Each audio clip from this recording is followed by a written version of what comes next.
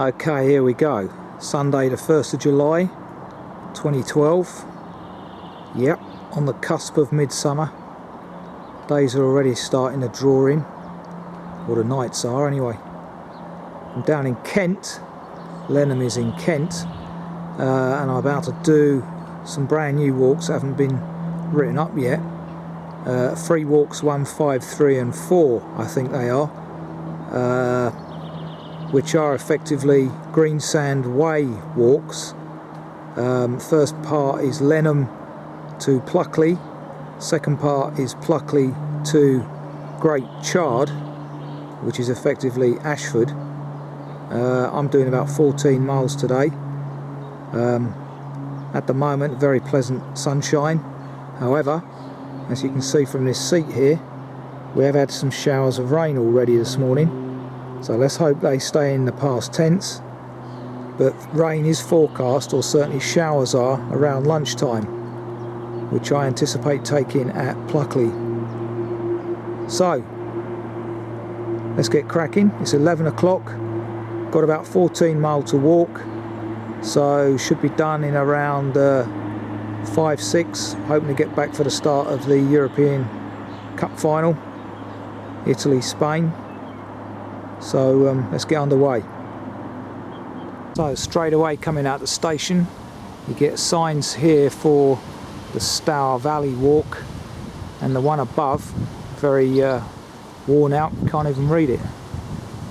Sun's gone in already. In a couple of minutes it's taken me to walk over the footbridge, and once again the weather's looking a bit ominous.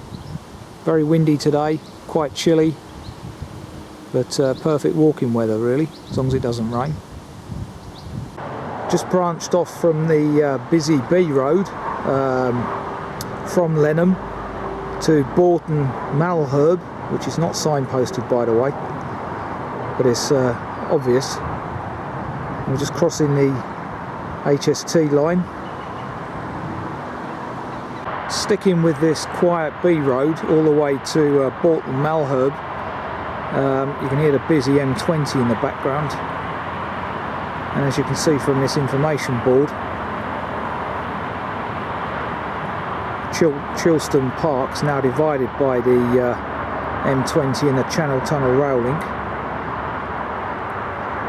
There are options across here to Lenham Heath and Charing Heath, but I'm not going to venture off the obvious route because I want to get straight onto the Greensand Way. Although there's a mile or two of road walking initially to get to the Greensand Way, it's not too bad. Once you get past the M20 at least anyway, noise dies down. And as you can hear, pleasantly filled with bird song now, and the sun's back out. Views back towards Lenham.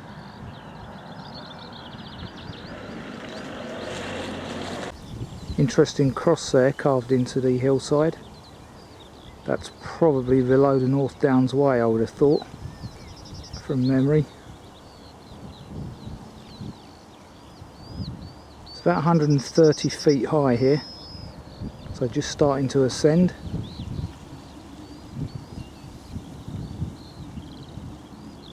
Okay, about 40 minutes on, just walked past St Nicholas's Church in Boughton Malherbe, and we finally get to see indications of the Greensand Way. There's the village of Boughton Malherbe,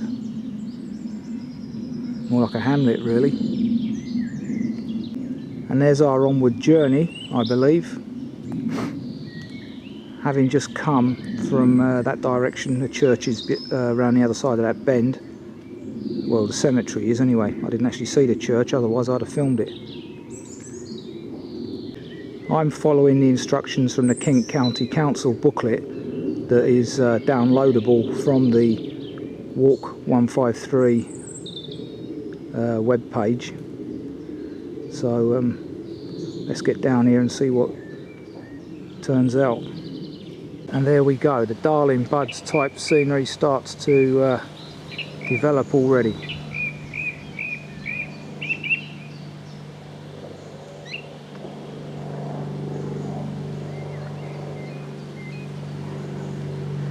Just at this point we cross this stile, I do believe, as opposed to continuing down that driveway.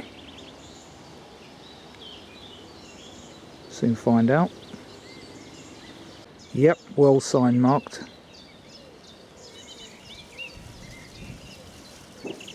Just as well, as you could be fooled into going over that stile there.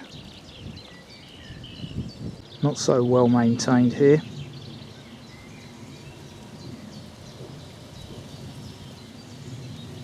Some delightful views again.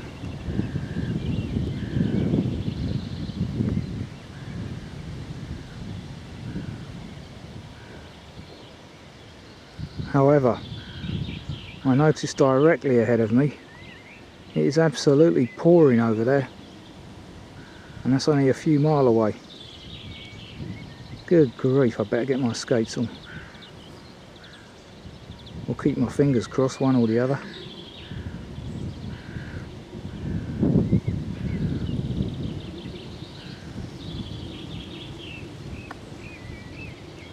Further views southwest.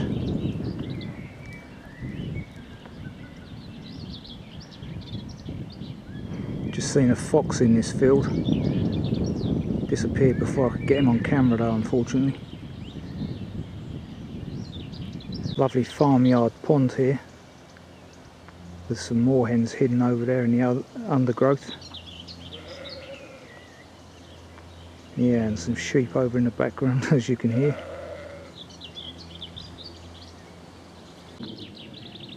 Delightful field of cow parsley.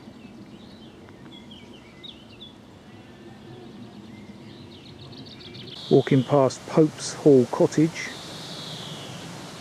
as mentioned in the text. Well, the text I'm referring to is the Kent County Council one, remember. No signposts at this point though, so it is easy to get confused. Coming out the fields that I just came out of, basically you turn right, sort of south-southeast. And having walked past Pope's Hall's cottages, we come to this metal gate, and sure enough we're back on track with that sign there.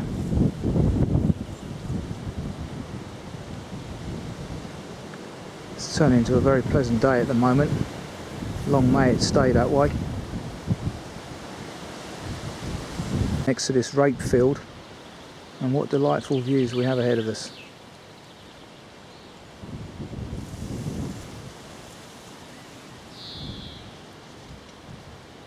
The air is awash with chaffinch song, the odd yellowhammer, not much else though, the odd skylark. That's what you call good use of sunlight.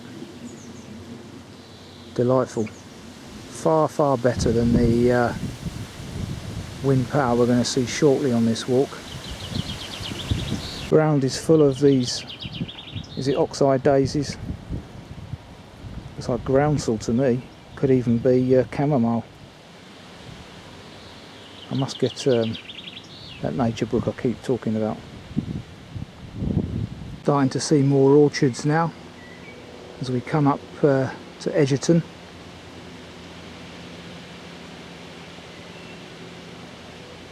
At the end of the woodland, turning right, now following a red Greensand Way symbol.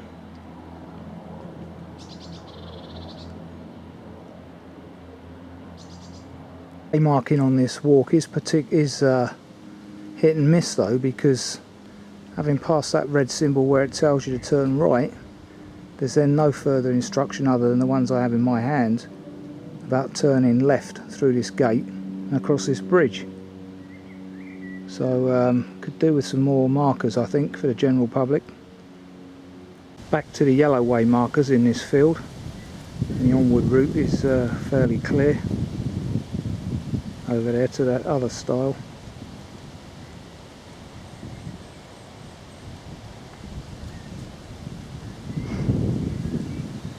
Grade over again now, wind's picking up.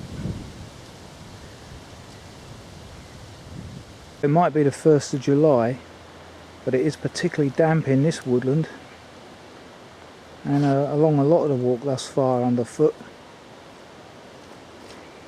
as you can see. Still, as I keep saying, we did need it. It's been cut and baled.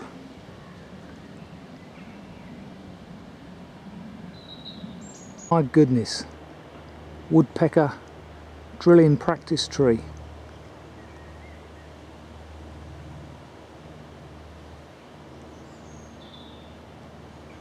There's hardly any bit of that tree that hasn't been attacked.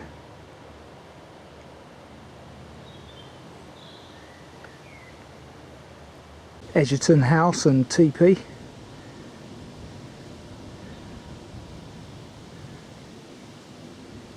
The view from just in front of Egerton house, and once again you can see an absolute deluge going on over there in the distance.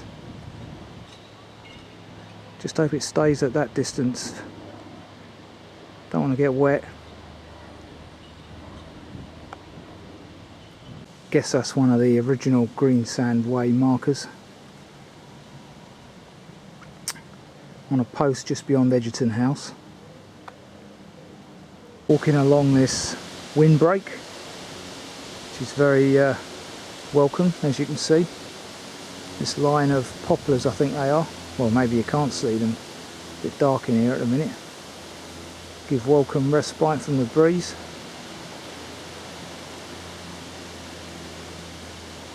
Now entering our first orchard of the day, and anyone that saw Countryfile last Sunday when they were up in Herefordshire will know that these commercial type orchards with their narrow distances between the trees and short stumpy growths doesn't encourage much wildlife, whereas the old-fashioned ones, which have got taller trees and wider spaces between them, encourage a plethora of wildlife. So they're trying to restore those back up in Herefordshire, Shropshire, and I think they should do the same here. In amongst the apple trees, I think we've got some plums here.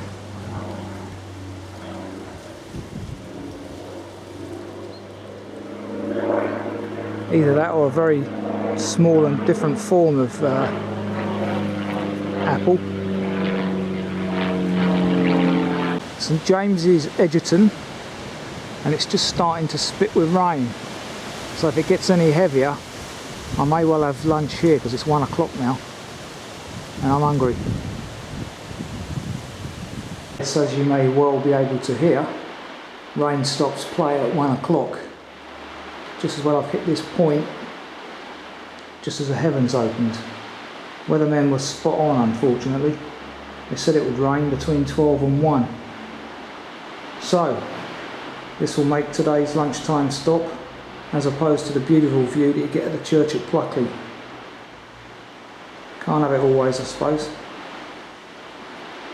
Well, 1:30, lunch has been had, and it looks like I might have been lucky with the weather. Sun's back out now.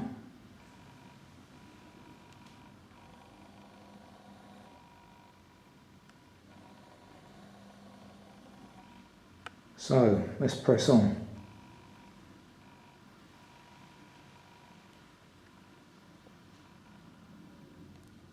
Yeah, quite a shower that was while I was in the dry there, luckily.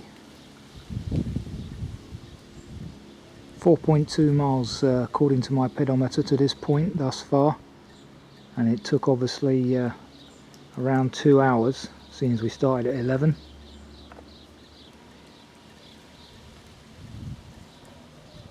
So not particularly good pace, but there you go. Diocese of Canterbury. The old village fete next week by the looks of things. That's nice to see. Someone's caring for the house martins. So as well as a natural one just along the way, got a couple of artificial ones there. Most people knock them down, but it's good to see people encouraging them here.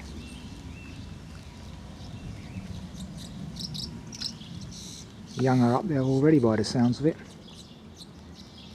possible early lunchtime stop or ordinary lunchtime stop depending on when you start, here at the George in Egerton.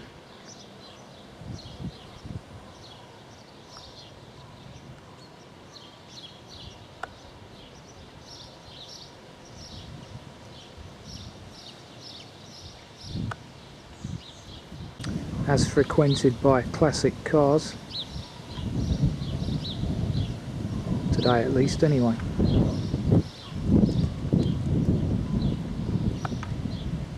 And I've just realised I have been to this village before on another walk, probably the Pluckley Circular, and we headed off down there. So I didn't actually get to see the church on the last walk. Lovely village sign.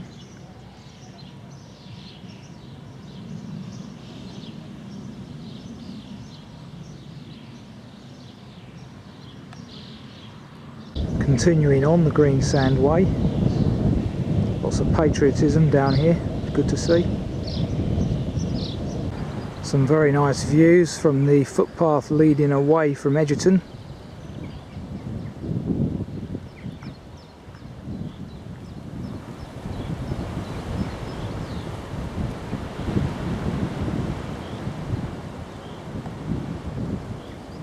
More pleasant views from a point near Stonehill Barn.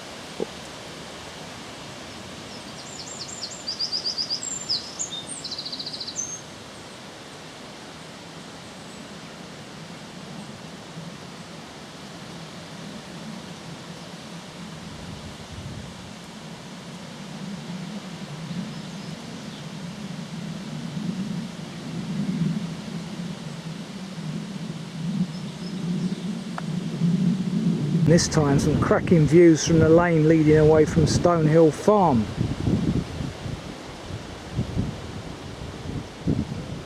Some lovely water lilies over there.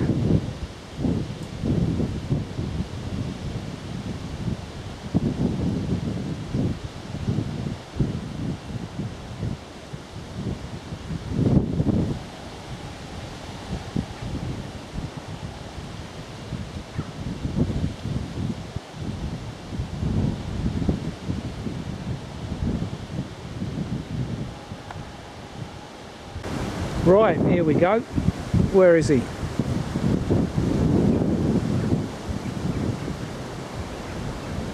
Hopefully he's not in the field today. Okay, there are cattle in the field. Thankfully down at the lower side. Probably a bull in there somewhere. Anyway, more delightful views from where I'm stood.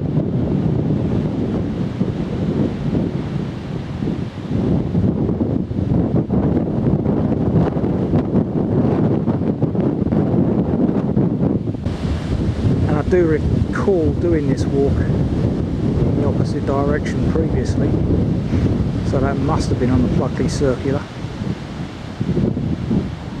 Wouldn't be down here otherwise, I wouldn't have thought.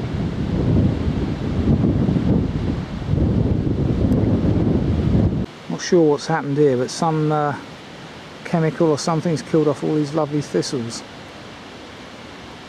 That would have been a lovely colour of purple.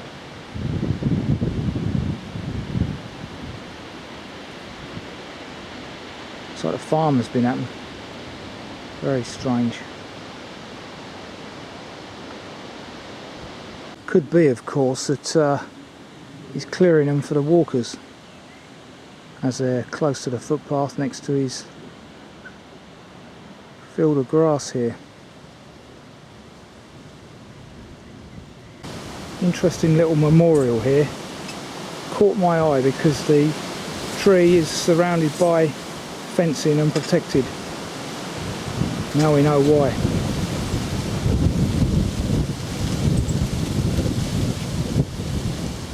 Memorial to that young farmer, 17 years old. So that copper beech will grow and he'll be remembered. What a lovely way to go, eh? So one of those delightful meadows where you can just see the path freshly trodden down, full of flowers. Well, not as many as there would have been a month ago, but still a fair abundance.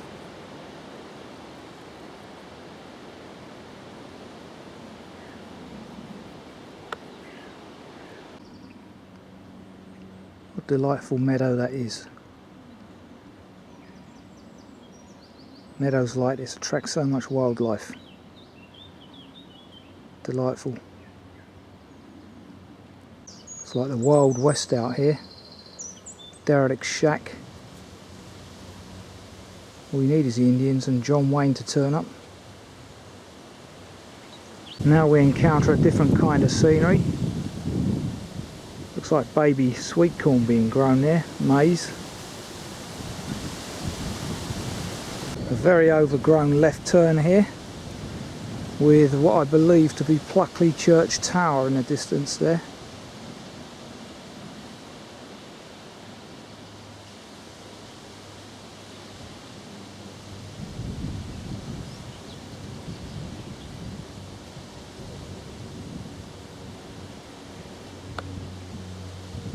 Very pleasant songbird up there, but I can't see it and I don't recognise the song. Listen to that.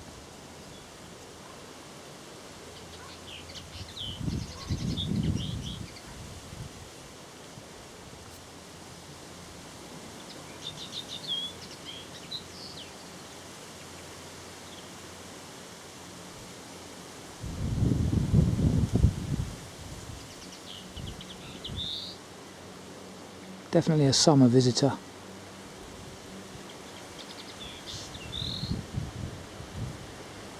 And there's today's death. Bits of a crow by the looks of it.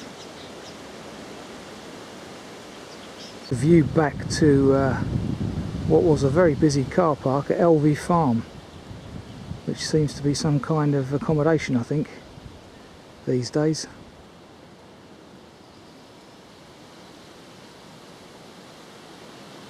Now following the blue Greensand Way marker. Yellow hammer there somewhere.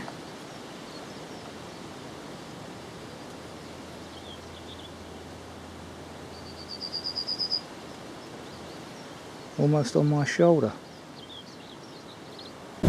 Onward journey towards Pluckley, with that white house up on the hill, bringing back memories of the last Pluckley Circular.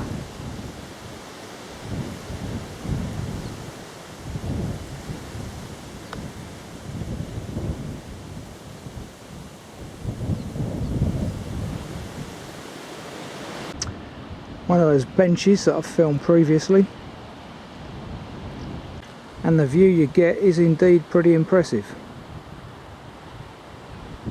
This is from a point near the red brick house mentioned in the text that you approach from the southwest.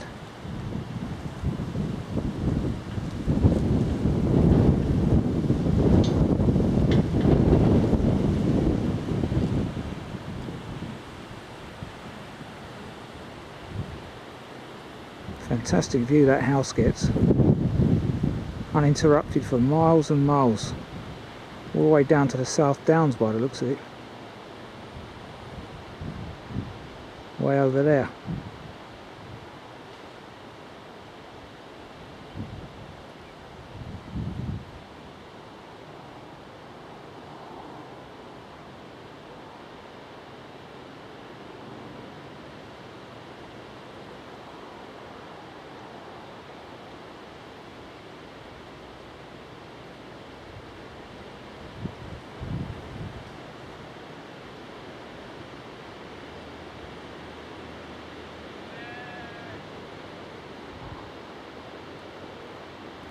And there is the red house. A fantastic position. So it's 20 to 3 and we're back at Pluckley's church again.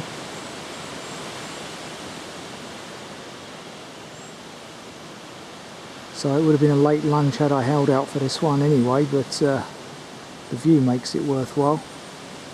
as we'll see in a moment. Just over there somewhere, I recall. Yeah, there you go, it's about 100 metres up here, but delightful views in the distance.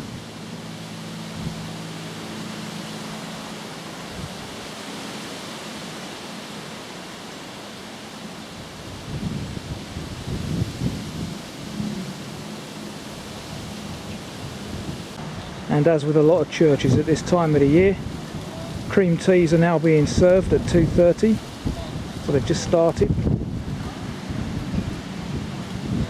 And there you go, a little price list for you.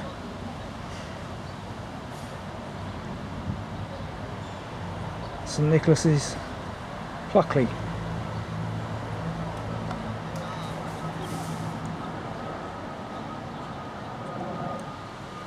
And as we leave the Lich Gate, holy, holy, holy Lord God of hosts. Indeed. Certainly gave me shelter earlier in the rain. Thank you very much. There's even a picnic table and bin near the church as well, which I didn't notice last time, but the view's not as good. No cricket today.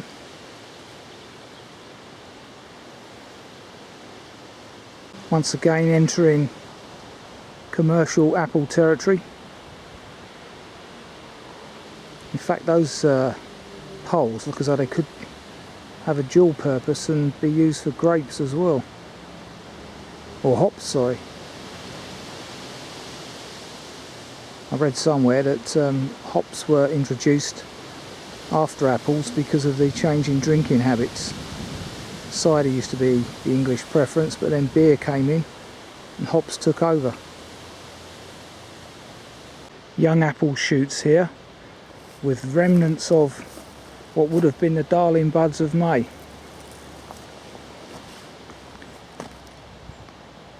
French plants, judging by the label there. Yep, the old darling buds of May.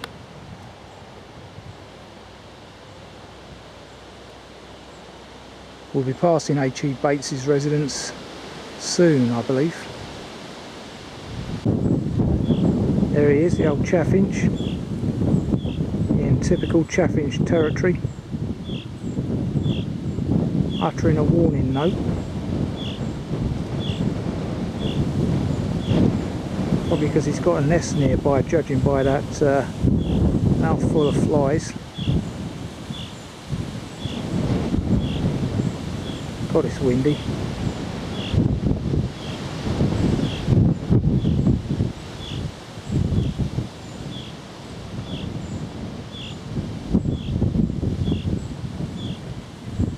Now the other resident I'd expect to see in the orchard, still not about, the old bullfinch.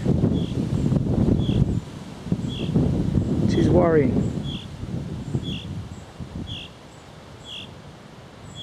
What a delightful garden of roses that is. And the house that goes with it.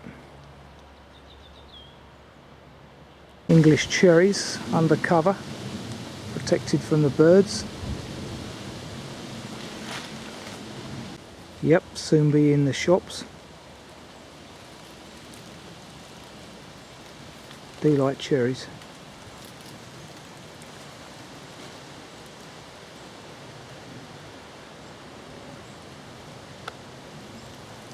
Continuing on past the old wall, and it was at this point in the reverse direction when I did this walk last that the heavens opened. Not often it happens with me, but that day I got pretty wet. Rained all the way to Pluckley. Lovely smell of wild, well, not wild roses, but roses and honeysuckle here, or woodbine. Can never tell the difference, as usual with my flowers. Look at that for a field of oxeye daisy, or chamomile, whatever it is.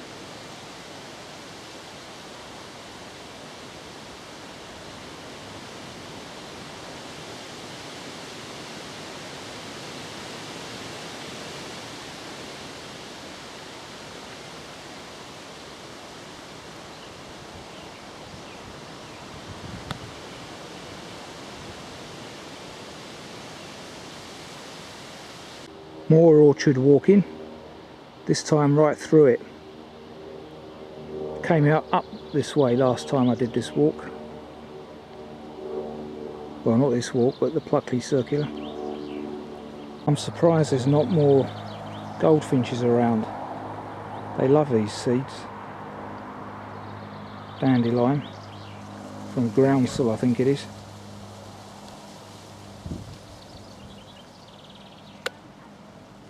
Strange looking church, I believe it is.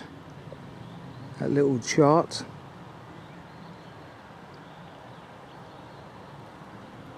Lovely copper beach there.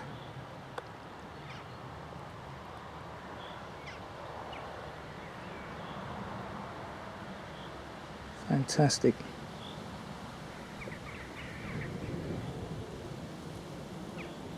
We're past 3 and we've just reached the Swan Inn, that little chart.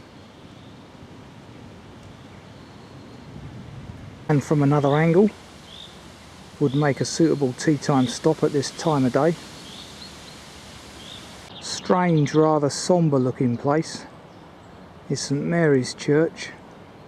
Little chart.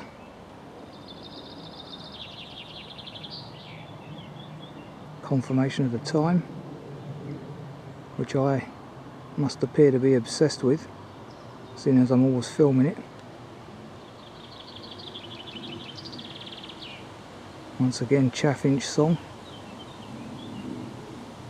Omnipresent chaffinches. Wood journeys through this field of rape, which is about chest high.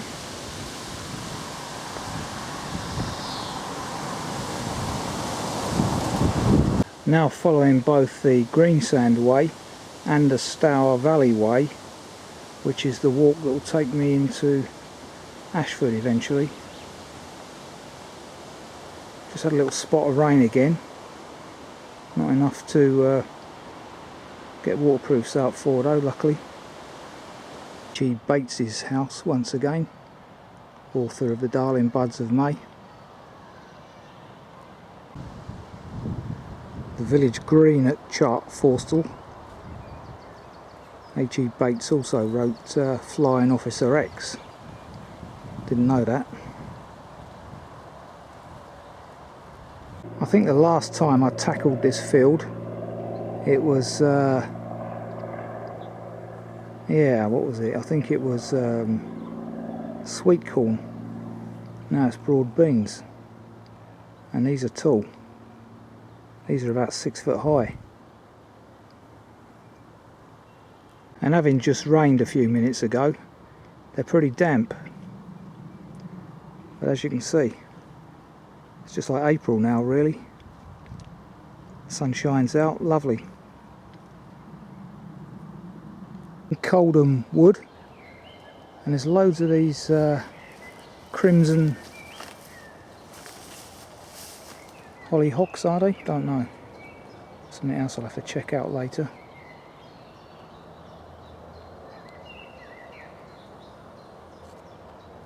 And this tree again, I'll have to check out what this tree is. It's the one I couldn't recognise the other week on the North Downs. For a massive colour. Delightful. Lovely colour it is as well. And now we're into woodland. The old chiff chaff comes into play.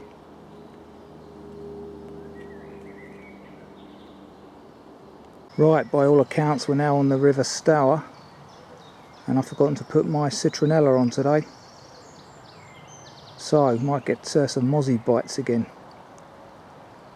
What delightful scenery this is.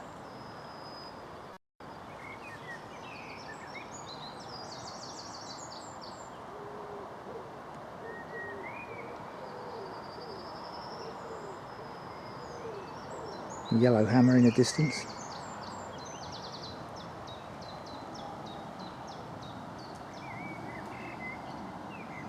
Okay, we've now reached Hothfield Heathlands Nature Reserve, and there's a picture of I think that's a snipe there.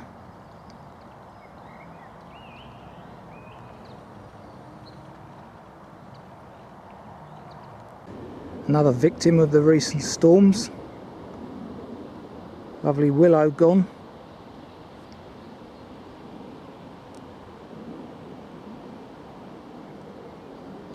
Information board here about Hothfield Heathlands, now in the Borough Council of Ashford, so not too far to go. And there's that lovely banded demoiselle that I saw down in the Ashhurst Forest Walk the other week. Yep, perfect.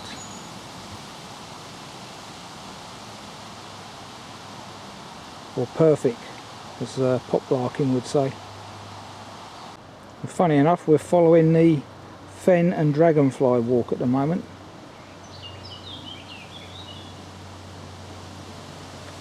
So, if past history is anything to go by, I will end up with some mozzie bites. And now another delightful scenery. Look at that. Brilliant. And on that silver birch there, fantastic bit of woodbine.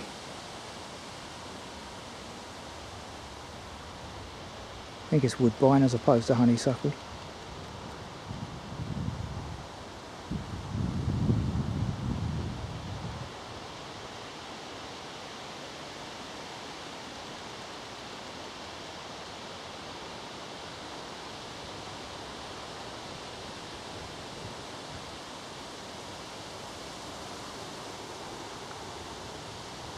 I was just thinking this reminded me of the New Forest, apart from the amount of water underfoot. And I noticed a herd of horses, wild ponies.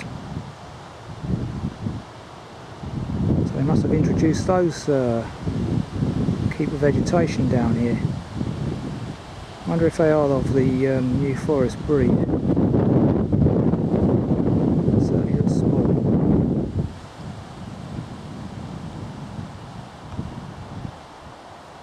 Walking along the much needed concrete footpath across Hothfield Bogs, very appropriately named as well.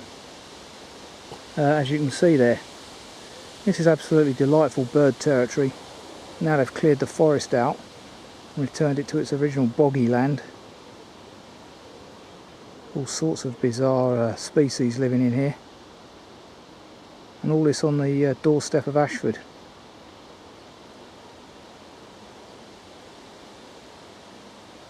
Interesting style, this one. Gate with it as well. Getting ominously grey again at the moment. Views of the old parkland near Mitchell Farm on the map.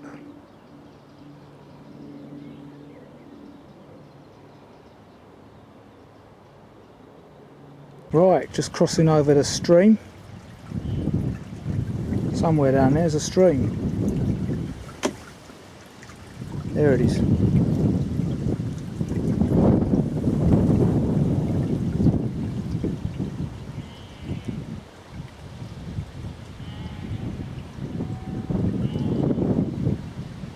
Onward journeys up on the left there.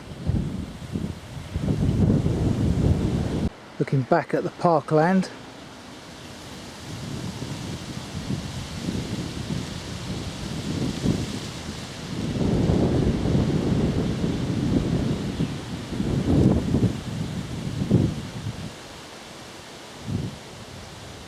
Just entering the Godington plantations mentioned on the map, and that's a pillbox underneath that, all that ivy.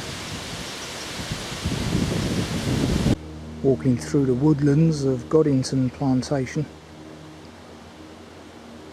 Got a road on my left and dense woodland on the right.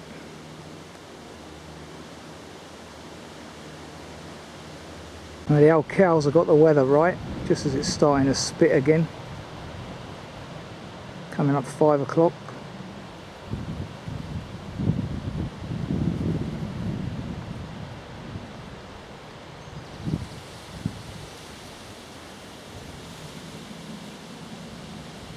What an interesting shaped building that is.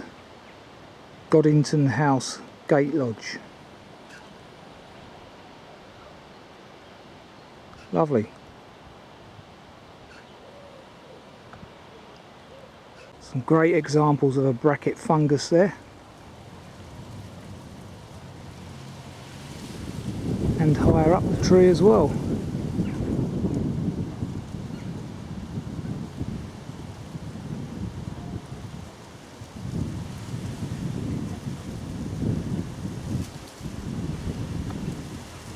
Seems like since Kent County Council's text was written, a housing estate's been built. So there's a minor diversion here, still on the Greensand Way, but hopefully it'll join up with the old path shortly. I think that tells me I'm on the right track, having just been rerouted via that new housing estate.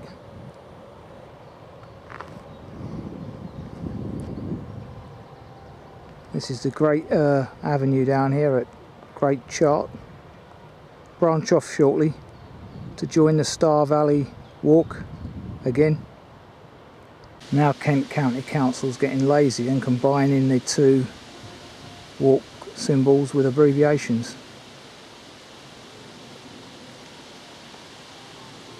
Crossing the rail line to Victoria, which I shall be on later. There's a field here of that lovely little blue plant, which I think is linseed. Seen it before, couldn't remember what it was then either. Absolutely just beautiful, coming into flower. Whole field of it here.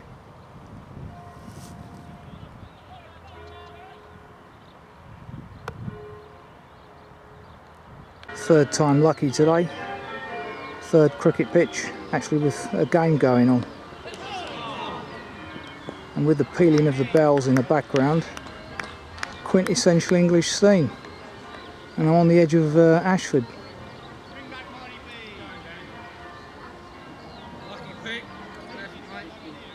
Okay, having just passed a cricket pitch, Stour Valley Walk continues across this football pitch. Apparently. Following the Stour Valley Walk into Ashford now. And you wouldn't know you're in a big town really. Not at the moment anyway. Very pleasant. Interesting place, Ashford.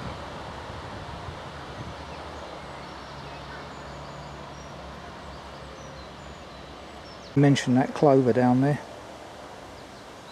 Remnants of the flower. Colour this silver willow, I think it's called. And appropriately so. Information board here about Singleton Lake and Buxford Meadow. It's just spitting again. There is the lake.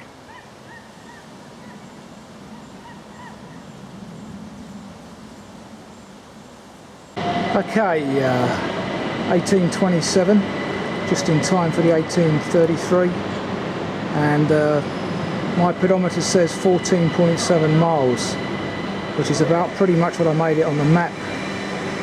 14.9 I think I made it on there, so nearly 15 miles. It's taken me a pretty long time to finish, but a delightful walk that was. So it's 3 walks, 1, 5, 3 and 4 completed I believe. And I didn't get too badly affected by the rain.